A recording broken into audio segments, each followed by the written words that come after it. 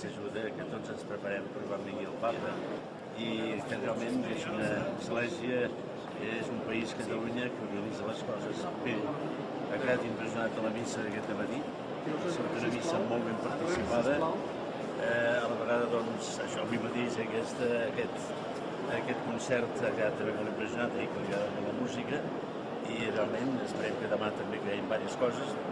Anirem a Igualada, al matí hi ha unes quantes visites, que també doncs, l'església està enmig de la societat i per tant doncs, també convé que tingui una relació amb les persones que tenen responsabilitats públiques. I la nostra església, gràcies a Déu, és molt activa, hi ha molta creativitat, ja es fan moltes coses i moltes coses bones. A vegades es subratlla les coses que no van bé, que també n'hi ha a tot arreu, però hi ha moltes coses bones i que realment això estimula i a la vegada em dona un goig i una autoestima, que també la necessitem. Tota institució necessita als seus membres autoestima i els cristians també.